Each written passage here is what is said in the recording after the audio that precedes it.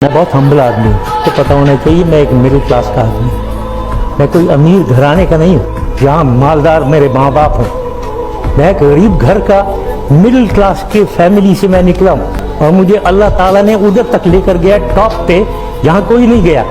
पाकिस्तान को खुशहालियों तरक्की की राह पर गामजन करने वाले निडर बहादुर कमांडर और साबिक सदर जनरल रिटायर्ड परवेज मुशर्रफ आज यौम यकजहती कश्मीर पर अपने करोड़ों मद्दाहों को सोगवार छोड़ गए। इन्ना लिल्लाहि व इन्ना इलैहि राजिऊन। जुर्रत और शुजाअत की तारीख के औराक को जब भी पलटा जाएगा तो एक नाम पाकिस्तानी अफवाज के सिपाही सालार जनरल रिटायर्ड परवेज मुशर्रफ का नाम भी जरूर आएगा। 11 अगस्त 1943 को न्यू दिल्ली इंडिया में जन्म लेने वाले परवेज मुशर्रफ ने तकसीम हिंद के बाद अपने वालिदैन के हमरा बाद अज हिजरत पाक सरजमीन को अपना मस्कन बनाया और सिर्फ 21 बरस की उम्र में आर्मी में कमीशन हासिल किया और क्वेटा के एक आर्मी कॉलेज से ग्रेजुएशन मुकम्मल की, जबकि आला तालीम के लिए रॉयल कॉलेज ऑफ डिफेंस तक रसाई हासिल की। जनरल रिटायर्ड परवेज मुशर्रफ पाकिस्तान के वाहिद जनरल हैं जिन्होंने भारत के खिलाफ तीनों बड़ी जंगों 1965, 1971 और कारगिल जंग में हिस्सा लिया, जबकि 1979 में हरम पाक में बागियों का कब्जा छुड़ाने वाले सुपर कमांडर के तौर पर दुनिया में अपना नाम पैदा किया।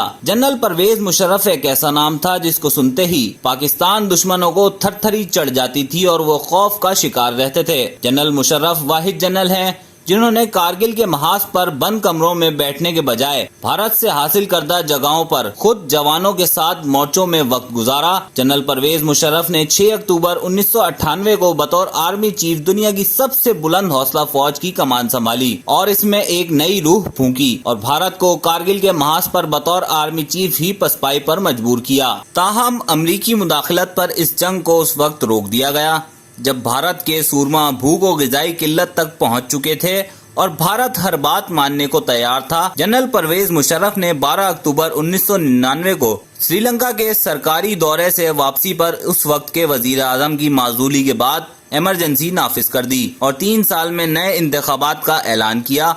ताहम उनकी शुजाअत और बहादुरी की गर्विदा कौम ने उन्हें मजीद 5 बरस के लिए रेफरेंडम के जरिए मुंतखब किया। जनरल मुशर्रफ मुल्क के 10वें सदर थे और साथ में आर्मी चीफ भी।